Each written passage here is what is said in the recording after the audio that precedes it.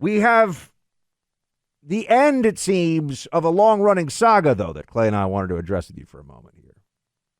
The Jussie Smollett case has finally come to a judicial conclusion. Jussie Smollett's going to spend over 100 days in prison. We are going to take a look at whether that's a fair sentence or not just momentarily. But here is what. Remember this, Jussie Smollett?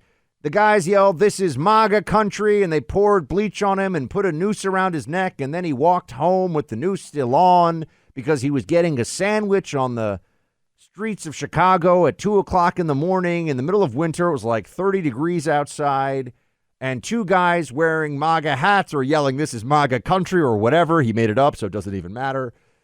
Yeah, and the Democrats, including Kamala Harris and Joe Biden themselves, freaked out about this. National news story, big deal.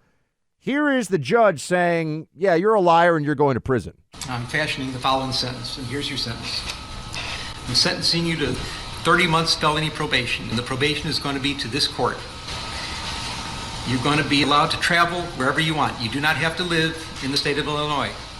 You can report by phone. I know that if you're going to try to make a living and do some of the things you do, you may have to go to other places, New York and Los Angeles. You can do those things. You will pay restitution to the city of Chicago in the amount of $120,106.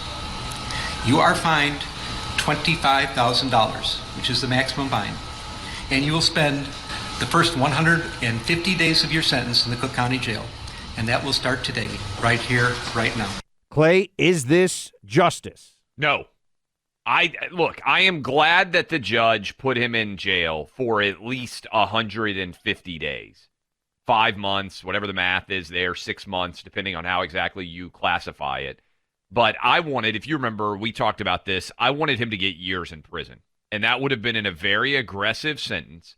But I believe what he did, the way that he preyed upon American media's obsession with race and victimization of race, and the degree to which he created further division at a time of great division in this country, the consequences should have been more significant than they were.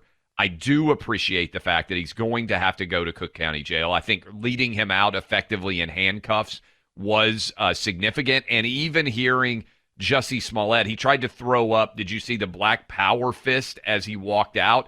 Listen to Jussie, who immediately says, I'm not suicidal, which, by the way, sounds super strange because it sounds like something someone would say if they were not mentally stable. Listen to this. I am not suicidal. Okay? I am not suicidal. I am innocent, and I am not suicidal.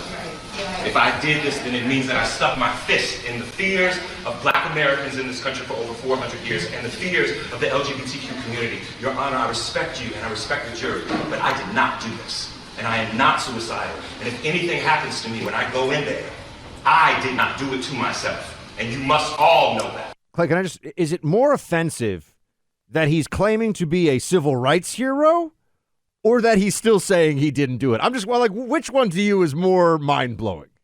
Both of them are equal parts offensive. And if I were a judge on some level, when he started to say I didn't do it, I would say, well, you are still not taking responsibility for the consequences of your actions. So upon further reflection, I am going to double your sentence, and you are now going to spend a full year in prison. Like, I wish, because look, part of deciding what the penalty is analyzing whether there is in any way some degree of acknowledgement of wrongdoing, right? Whether there is a form of remorse, whether you are apologizing for your actions and acknowledging them. And when Jussie Smollett is still saying, I didn't do this, he is lying, he is delusional, and the fact that he throws up the Black Power fist as he walks out as if he is some sort of martyr makes me want to put him in prison for longer. And look, the other thing I would say here, Buck, and I think this is super significant, we hear all the time about how big tech is trying to make sure that the truth is out there. You know what's going on right now? Kamala Harris tweeted this, and I think it's important to constantly, because this ties in with what Jussie Smollett was doing. He wasn't crazy in the way that he diagnosed and recognized that if he were the victim of a crime like this, it would be the best thing that ever happened to his career. And what I would tell everybody out there is be skeptical whenever something you don't control happens to you, and it's the greatest thing that could ever happen to you, right? The best thing that could ever happen to Jussie Smollett's career was that he was a victim of an attempted assault like this, because it makes him a victim. It makes him more well-known. And here's what Kamala Harris said, Buck. Jussie Smollett is one of the kindest, most gentle human beings I know. I'm praying for his quick recovery. These are still up, these tweets, Buck. This is Kamala. This was an attempted modern-day lynching. No one should have to fear for their life because of their sexuality or the color of their skin. We must confront this hate. No acknowledgement. Buck, you and I are getting tagged all the time. Anytime we say masks don't work, Twitter police immediately show up and try to give greater characterization of that. That's still up. There's no note on it about how it's not true. Joe Biden tweeted, "What happened today to Jussie Smollett must never be tolerated in this country.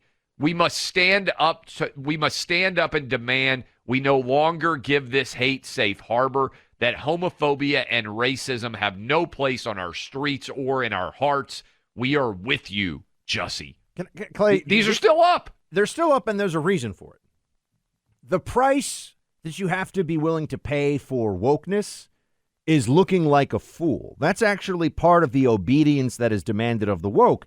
Perfect example. Men can get pregnant. You have to say that. You sound like a moron when you say it, right? But if you're going to be woke, you got to say men can get pregnant. And with Jussie, it didn't matter to the people who said it that it was all a lie. They were expected to say it in the moment, and they did. The leftist hive mind doesn't care about what's true. By the way, same with masking and all these other things we talk about. You are expected to be a part of the collective. You are expected to say what you're supposed to say in the moment. And no one, therefore, afterwards on the left will fault you for it because, yeah, that was you. It's almost like Biden and Kamala are under orders. There is an identity politics narrative here. There's an opportunity to bash. What was this really about? Trump. Donald Trump. All the Trump's white America. nationalism. Yes. Yeah, all the stuff that they had, all the media had been, here's the perfect case study of Trump's white nationalism and the destruction of the country it's created. The fact that it was a lie doesn't matter at all. The only problem from the perspective of Biden and Harris is that it was so sloppy that anybody with an IQ above that of a toaster not only knows now, Clay, but really knew pretty much right away. I mean, I understand you never want to be caught in that one outlier of like, I guess this happened thing. But I mean, I've gone back and looked at my record on this one. First week of the Jussie Smollett case, I'm like, this guy's lying. Like, it was so obvious. I know you saw it as lying too. And do any of the blue checks who got it wrong feel embarrassed? No, not at all. They did their part. Not only do they not feel embarrassed, they're not even taking down clearly inaccurate tweets. But all these social media sites that claim to care about misinformation and disinformation, they don't even append an acknowledgement, hey, by the way, this was a total lie. Like, I would be shamed into taking down the tweet if I were Kamala or Joe Biden. I also wouldn't anticipate that this is true the moment you hear it. And again, I would just say this for everybody. Anytime a story like this happens, and you go back and you're like, man, would being a victim of a crime like this be the greatest thing that could happen to anybody's career? If the answer is yes, then we should be skeptical that it happened. I'll give you an example, Buck. If you came in and you were like, hey, I mean, well, let's take it out. A bunch of soy latte drinkers who have Chris Hayes T-shirts on just happen to try to, slap fight me in front of the radio studio, you would know right away. I was just going to say, take it outside of the world of like race crimes and hoaxes and everything else. If your buddy who usually had trouble picking up girls, if he came to you and he said, hey, you're never going to believe what happened to me last night. I was just out at our normal bar. It was Tuesday night, and Gwyneth Paltrow walked in, or whoever you want to be that, like is hot, that your buddy may like. Okay, who's the hottest girl you can think of right now? I don't even know. Neither Like, it used confirm to nor be, deny, but not Paltrow's not on the list. It used to be there were Maxim girls or Sports Illustrated swimsuit cover girls. Now there's like a billion of them on Instagram. And so I can't even keep up with, like Pamela Anderson, if you're around my age. People will be like, oh, Pamela Anderson, incredibly attractive. Denise Richards back in the day. Like, I feel like there are so many Instagram models now that it's even hard to keep up with who the famous ones are. So give me a widely renowned, incredibly good-looking woman. It doesn't it's matter. Hard, right? Just go with the story. Yeah. Yeah. So, and he said, and she hooked up with me. She came over to me. She was like, hey, let me buy a beer. Hey, do you want to go? Do you want to hang out? Do you want to come back to my place? You would say, you know what? Whatever your buddy's name is, I don't think I buy this story, right? Maybe it's possible that supermodels show up at this random bar, that you, who usually have trouble picking up any girls, suddenly get picked up by this girl who's super famous and everybody wants to be with, and you guys went back to her place. Like, you wouldn't believe it, right? That would be the best thing that could ever happen to that guy, whoever the girl is that he's in love with. Why would you believe Jussie Smollett when, for his life, that's the best thing that could ever happen to him? And so be skeptical, and you would be skeptical, and I would be skeptical of your buddy who's trying to tell you this story. And by the way, it might happen 1 in a million times that something like this could occur, and you would still never believe it. Could I just throw out there, too, Clay, on the skepticism point here? Jussie Smollett, from what he said, his imaginary attackers, and as we know, it was actually the 2 Nigerian brothers, yes, and it was all staged. But they had relationship with sexually, which is even crazier. The imaginary MAGA supporters he talked about, it's as though Jussie Smollett had never met a Trump voter. Yes. Because there is not a Trump voter in the entirety of the United States of America who on the streets of Chicago at 2 o'clock in the morning or 1 o'clock in the morning would yell, "This is MAGA country." Well, how about about know who Jussie Smollett is and know what his sexuality is? Like, how many Donald Trump supporters watch Empire, know who Jussie Smollett is, and then on top of that, know what his sexuality is? Like, I didn't even know who Jussie Smollett was. I don't watch Empire. I can't imagine. There's like 4 people who voted for Donald Trump and even fit that, like, if you kept doing the Venn diagram.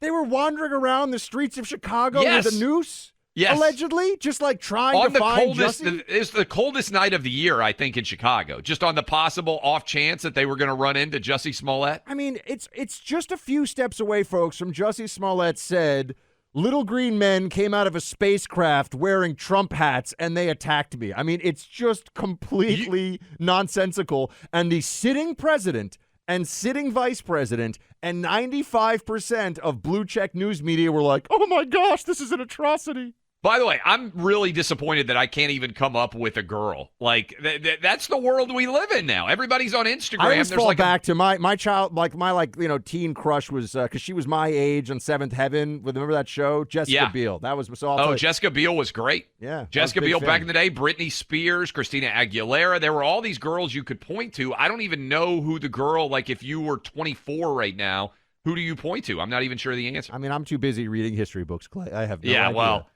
that's maybe a good sign.